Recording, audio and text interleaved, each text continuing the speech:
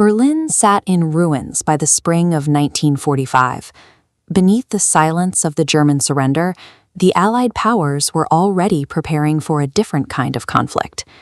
Underneath the rubble of the fallen empire, Allied forces stumbled upon a shadow network of military research facilities hidden deep inside mountain tunnels.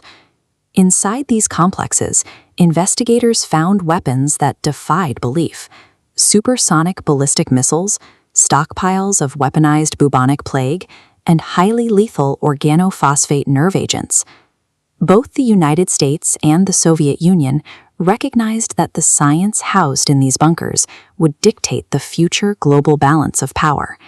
A frantic scramble began to capture the minds that had built these weapons. The armies had stopped fighting, but the board was simply being reset.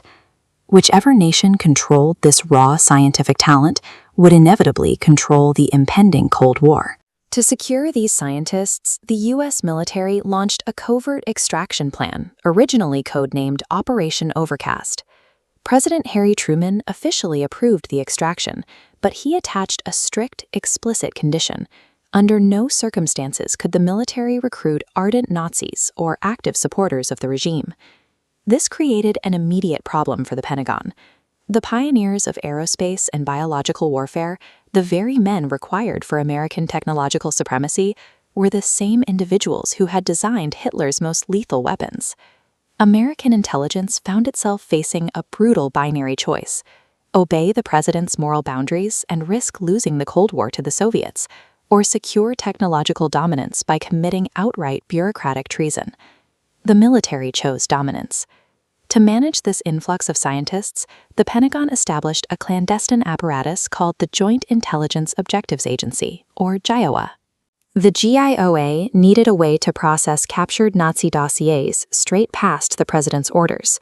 Operatives simply typed up sanitized, fake biographies and fastened them directly over the original, damning SS records, using standard metal paperclips.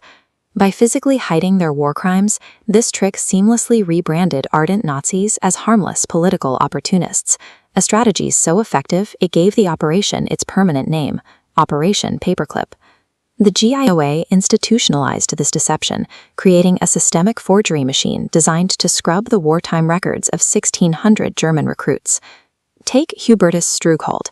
In the United States, he was widely celebrated, eventually earning the title the Father of Space Medicine for his work with the Air Force and NASA.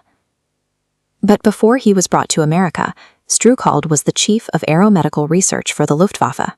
His department planned and executed horrific freezing and high-altitude experiments using inmates at the Dachau concentration camp. Then there was George Rickey, who oversaw slave labor at the Middlewerk underground missile factory. Rickey was actually put on trial by the U.S. military, but only because his fellow recruits turned him in over a petty smuggling dispute. Even then, American authorities purposely acquitted him. A guilty verdict would have exposed the entire Operation Paperclip pipeline, proving the U.S. was actively importing war criminals. By shielding these men from prosecution, the U.S. government actively manipulated the post-war justice system to protect its new assets. Despite these horrific moral compromises, the Pentagon's gamble paid off exactly as they had hoped. The imported scientists delivered a massive technological leap to the American military.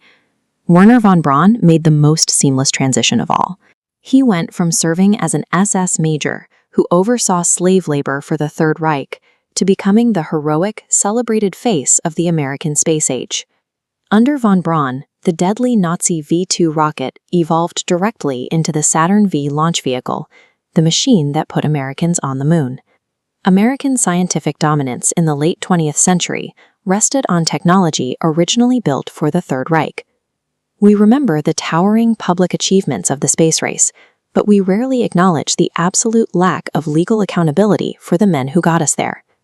Out of the roughly 1,600 recruits brought over through Operation Paperclip, not a single one was ever found guilty of a war crime in the United States. These men lived out the rest of their lives, enjoying highly lucrative careers, drawing comfortable pensions, and top military honors, while their true pasts were buried deep under classified protections for decades. The United States successfully purchased its Cold War future, but it paid the invoice by erasing history and granting total, quiet amnesty to monsters.